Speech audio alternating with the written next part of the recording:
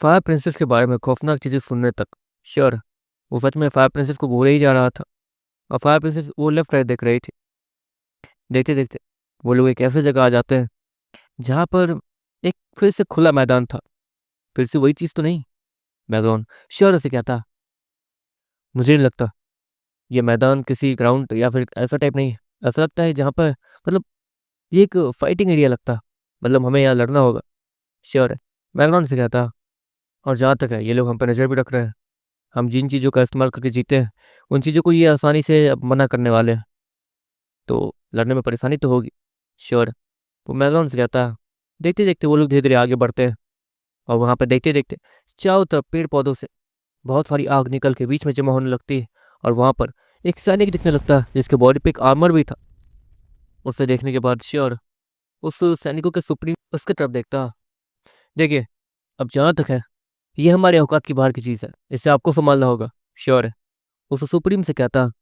और वो सैनिकों का सुप्रीम समझ जाता है कि श्योर क्या कह रहा। ऑफकोर्स श्योर जहाँ तक है अभी भी टाइटन फ्लो लेवल 5 या 6 पे ही है।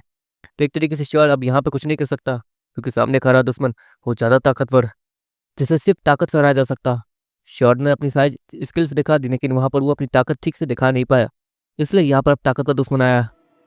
वो सैनिक वो सैनिकों का सुप्रीम सच में कहीं ज़्यादा ताकतवर था, शायद टाइटन फ्लो लेवल से ऊपर। इसलिए अब उसकी बारी थी, जो भी करने की चीज़ थी वो उसकी थी। तो अब मुझसे कौन लड़ने आएगा। वो फायरमैन अपने खतरनाक भाले को गोल गोल घुमाते हुए कहता। उसके भाले से कमाल की आग निकल रही थी और चमक रही थी। वो सैनिकों का सुप्रीम वो धीरे धीरे आगे बढ़ने लगता। श्योर वहीं आसपास बैठ जाता आराम करने के लिए क्योंकि ऑफकोर्स उसकी हालत सही ज़्यादा ख़राब थी।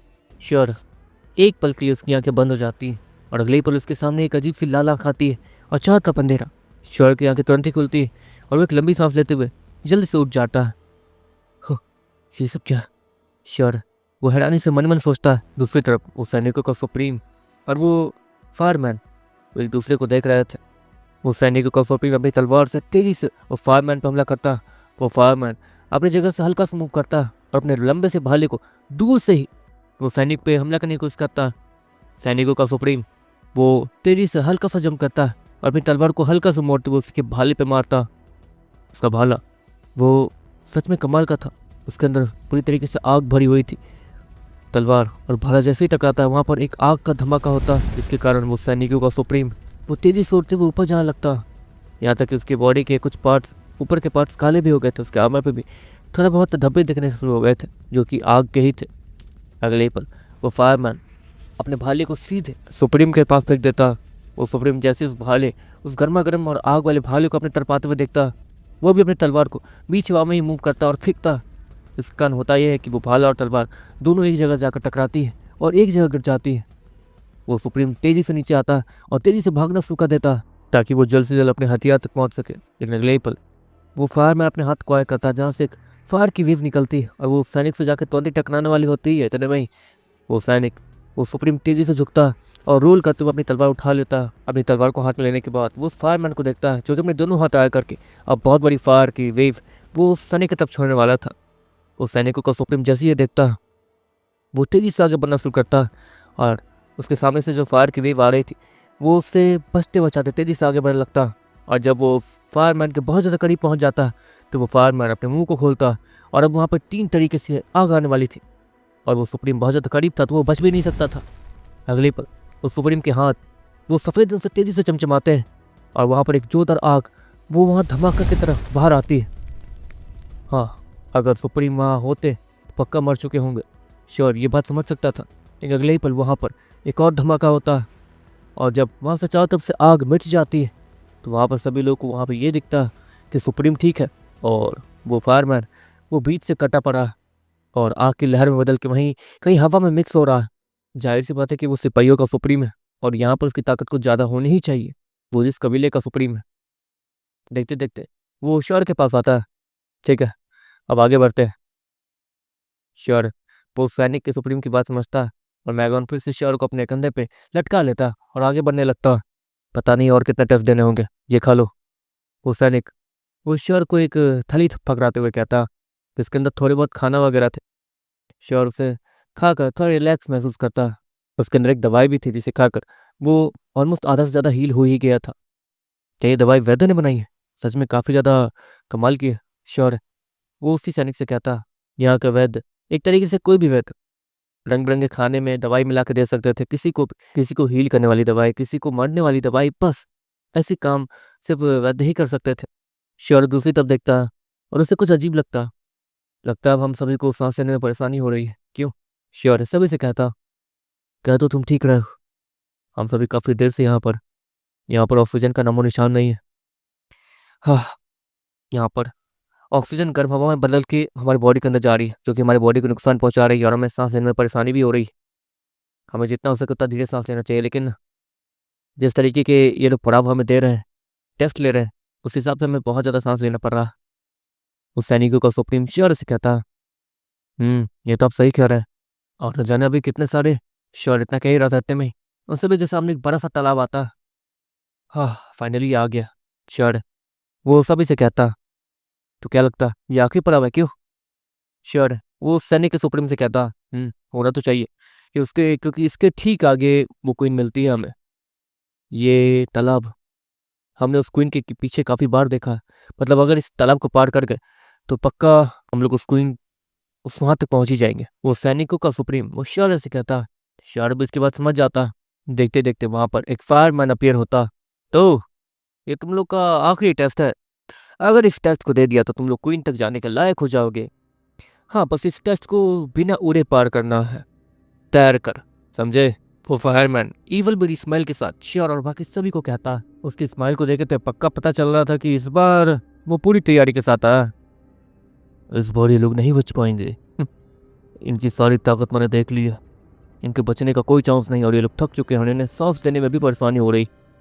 तैरते समय इन्हें और भी ज़्यादा तेज़ी से सांस लेनी होगी, क्योंकि ये पानी थोड़ा गाढ़ा है।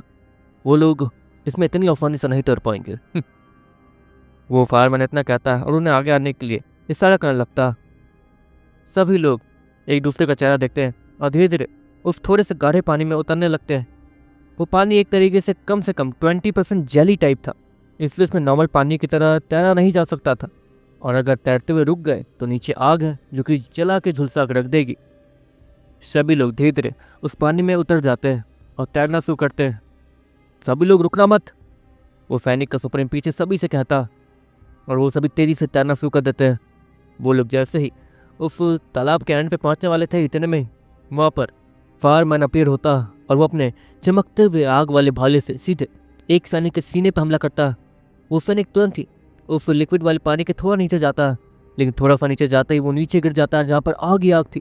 उसके चिल्लाने की आवाज़ तक नहीं आई थी। ये क्या? तुमने कहा था कि, मुझे पता था कि तुम हमें ऊपर नहीं आने दोगे। वो सैनिकों का सुप्रीम वहीं तैरते हुए कहता। देखो, तुम्हें मुझे चकमा देना है कैसे भी। अब देखो, जहाँ तक है बस दो रास्ते हैं, या तो नीचे चल रही आग को बुझाओ या तो मुझे चकमा दे के निकलो। बस ये दो ही रास्ते है तुम्हारे पास। वो सैनिकों का सुप्रीम सभी को देखते हुए कहता और स्माइल करने लगता है। लेकिन श्योर वो समझ सकता था उन लोगों ने जो उनके ऊपर बंदिश लगाई थी, ना ही श्योर उड़ सकता ना ही कुछ कर सकता। श्योर को उसे चकमा देना होगा। तो तुम्हें चकमा दे दूंगा या फिर नीचे की आग को बुझा दूंगा, तो मुझे जान दोगे? श्योर वो उसी फायरमैन से कहता। सिर्फ तुम्हें नहीं, सभी को।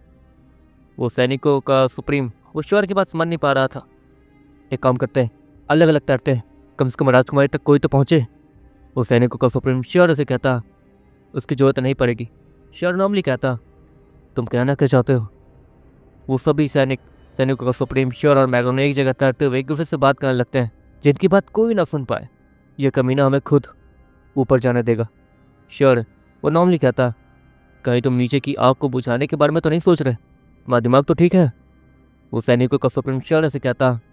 मेरा दिमाग अच्छे से ठीक है और बस मुझे थोड़ी सी ताकत चाहिए, क्योंकि मेरे अंदर थोड़ी भी एनर्जी बाकी नहीं रह गई।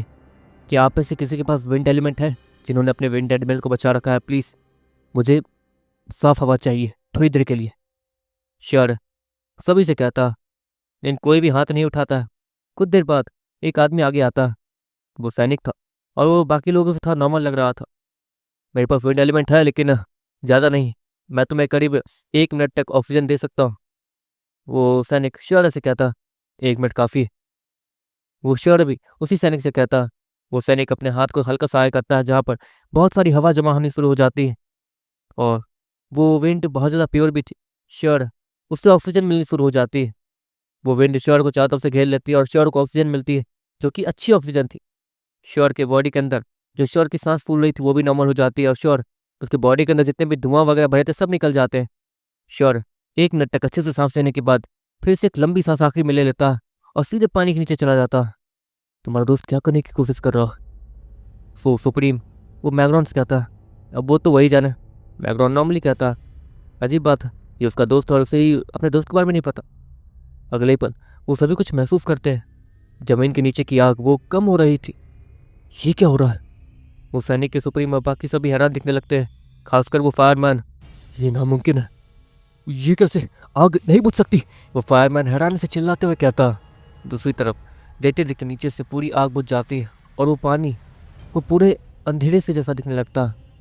जहाँ पर नीचे आग जलती थी वो पानी ऑरेंज रंग का दिखता था। अब वो पानी पूरा काला दिख रहा था नीचे की आग की बुझने की वजह से।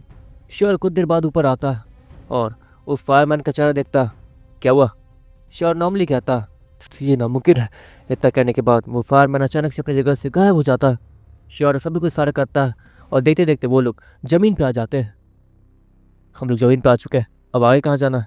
श्योर सभी से कहता है, लेकिन वो सभी तो एक तरीके से श्योर को किसी भूत की तरह देख रहे थे। अरे क्या हुआ? श्योर नॉर्मली कहता, नहीं नहीं कुछ नहीं, चलते हैं।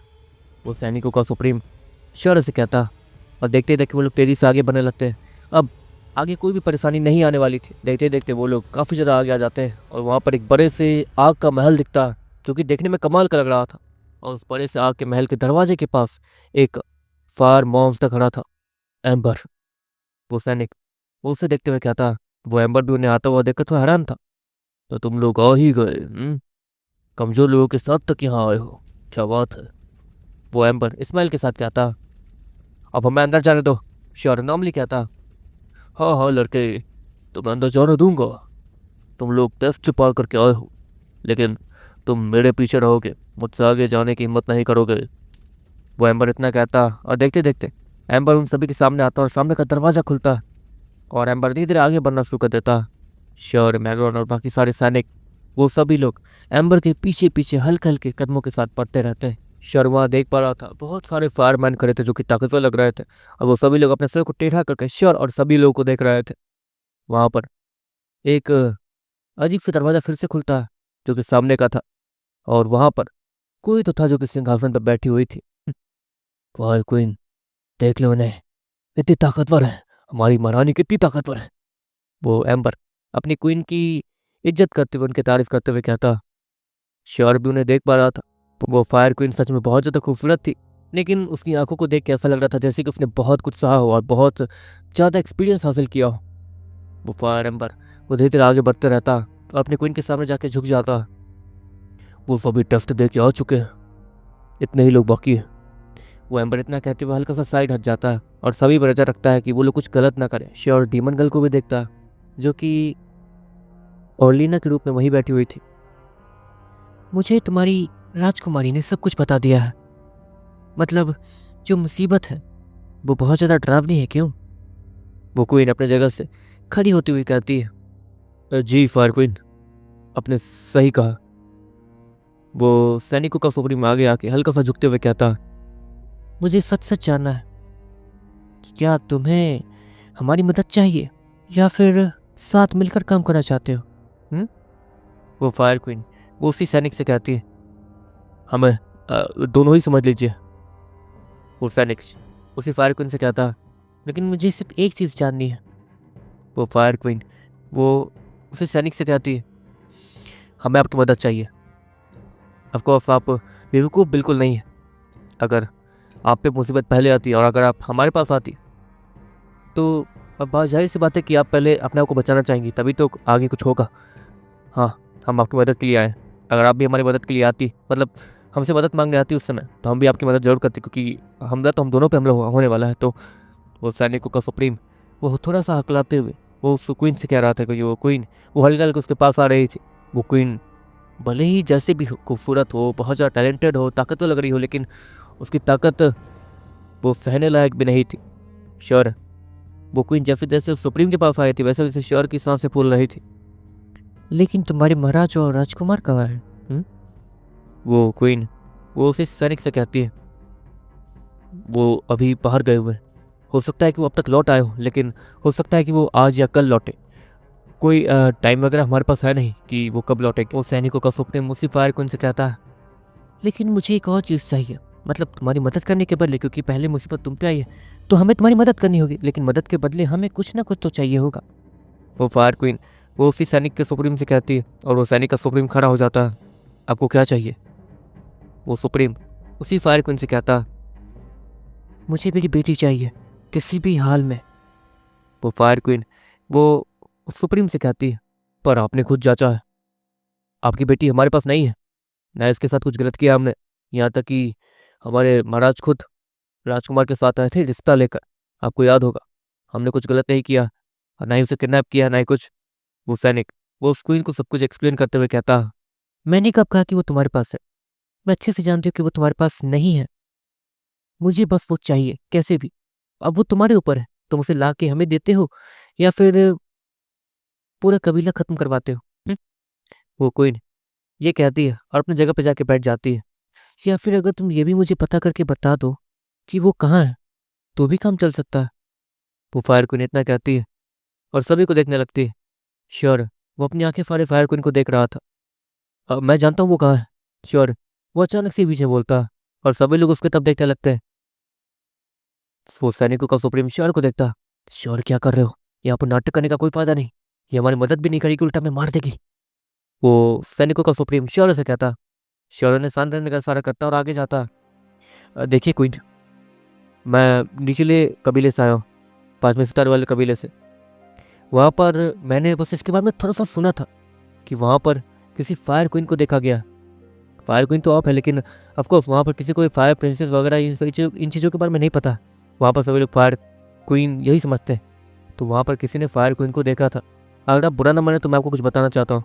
जब मैं जंगल में ट्रैवल करते हुए 5वें सितारे वाले कबीले जा रहा था तो मैंने ही फायर क्वीन को देखा था, मतलब आपकी फायर प्रिंसेस को। आप अब मुझे अभी ये पता चल रहा है कि वो भाग गई है, तो हो सकता है कि वो वही हो। जहाँ तक है वहाँ के महाराज लोग भी उसे नहीं हरा पाए थे, वो इतनी ताकतवर थी। और हाँ, उसके बाल हल्के से लाल थे। क्यों? श्योर जैसे ही कहता है वो क्वीन खड़ी हो जाती है। और क्या जानते हो? वो क्वीन श्योर से कहती है, देखिए मैंने उसे देखा था, वो मुझे देख के हल्का सा डर गई थी। जहाँ तक उसके पीछे कोई पड़ा होगा शायद, लेकिन हाँ मैं इस बात के लिए कंफर्म हूँ कि वो वापस नहीं आना चाहती है, पता नहीं क्यों। श्योर वो उसी क्वीन से कहता, पर क्यों? वो यहाँ वापस क्यों नहीं आना चाहेगी अपनी माँ के पास? वो क्वीन हल्की आवाज़ में कहती है, देखिए अब शायद उसके पीछे कोई पड़ा हुआ है, और शायद मुझे नहीं पता वो आपके पास क्यों नहीं आना चाहती, लेकिन उसके पीछे कोई पड़ा हुआ था। उसका नाम था शायद महाराज काल। और उसकी ताकत कुछ ज़्यादा ही थी, बहुत ज़्यादा। वैसे उसे मारने वाला मैं ही था, लेकिन शायद उसके बॉडी के ऊपर किसी आत्मा का कब्जा है। जाहिर सी बात है कि महाराज काल मर चुके हैं और आपकी बेटी सेफ है, और शायद उसी एरिया में कहीं पे। आप चाहे तो वहाँ जाके पता भी कर सकती हैं, लेकिन प्लीज़ ह्यूमन फॉर्म में जाइएगा ताकि कोई परेशानी ना हो। श्योर उस क्वीन से कहता, तुम्हें आज से पहले यहाँ देखा नहीं है, जाहिर सी बात है कि तुम बाहर से आए हो, इसलिए मैं तुम्हारी बात पे हल्का सा यकीन कर सकती हूँ क्योंकि तुमने मेरी बेटी के बारे में हल्का सा बताया। तो फिर ठीक है, अब जहाँ तक है तुमने मुझे बता दिया है कि मेरी बेटी कहाँ है, तो हम सब तुम्हारी मदद के लिए तैयार हो चुके हैं। मैं अपने कुछ लोगों को वहाँ भेजूंगी अपनी बेटी को ढूंढने के लिए। वो फायर क्वीन सभी से कहती है और खड़ी हो जाती है फिर से। तो आप लोगों को भी यहाँ से जाना चाहिए। वो फायर क्वीन वो हल्का सा स्माइल करते हुए कहती है। शायद वो श्योर के जवाब से खुश हो गई थी। श्योर वो ओलिना को देखता है जो कि डीमन गर्ल थी। वो उसे जैसे ही देखता है वो खड़ी हो जाती है और श्योर के बगल में आके खड़ी हो जाती है। आपका बहुत बहुत शुक्रिया क्वीन, हमारी मदद करने के लिए। वो ओलिना वो उसी क्वीन से कहती है। और देखते देखते एम्बर वो देखते देखते एक आग के गोले में बदलता है और ओलिना के हाथ में चला जाता है। मैं हमेशा आपके साथ रहूंगा, किसी भी टाइप की परेशानी हुई तो मैं क्वीन और बाकी सभी को इशारा कर दूंगा। वो एम्बर वो ओलिना से कहता है। ओलिना मतलब डीमन गर्ल, और श्योर का सर खराब हो जाता है कि अब कैसे डीमन गर्ल इतने समय तक ओलिना के रूप में रहकर नाटक कर पाएगी। मेरे ख्याल से तुम्हें सुप्रीम के साथ रहना चाहिए, सैनिकों के सुप्रीम के साथ, ताकि लड़ाई का हर एक जायजा तुम्हें मिलता रहे। श्योर एम्बर से कहता, नहीं मैं राजकुमारी के साथ रहूंगा। वो एम्बर वो चिल्लाते हुए कहता, अच्छा ठीक है पापा ठीक है। श्योर भी नॉर्मली कहता, लेकिन डीमन गर्ल उसे देखने लगती। श्योर डीमन गर्ल को फन रहने का इशारा करता और वहां से पलट के जाने लगता। वो क्वीन वो श्योर को देख रही थी। दूसरी तरफ श्योर वो मतलब एक तरीके से उससे प्रिंसेस भी देख रही थी कि आखिर श्योर करके क्या आया। तुम करना क्या चाहते हो? वो प्रिंसेस वो श्योर से कहती है, जहाँ तक है तुम्हारी मॉम जिन लोगों को वहाँ भेज रही है, वो तुम्हारे अपीयरेंस को तो आराम से ढूंढ ही सकते हैं। वहाँ पर तुम्हारी लड़ाई ऑलरेडी कई बार हो चुकी है उस वहाँ के राजकुमार से। वहाँ पे तुम्हारा ऑरा अच्छे से छिपा होगा आसपास कहीं ना कहीं। तो ऑफ कोर्स उन्हें वहाँ पर तुम्हारे अपीयरेंस मतलब तुम्हारे होने का एहसास हो ही जाएगा और वो लोग वहाँ पे ढूंढते रह जाएंगे। और इतने दिनों में हमारा काम भी हो जाएगा, क्यों? श्योर स्माइल के साथ कहता।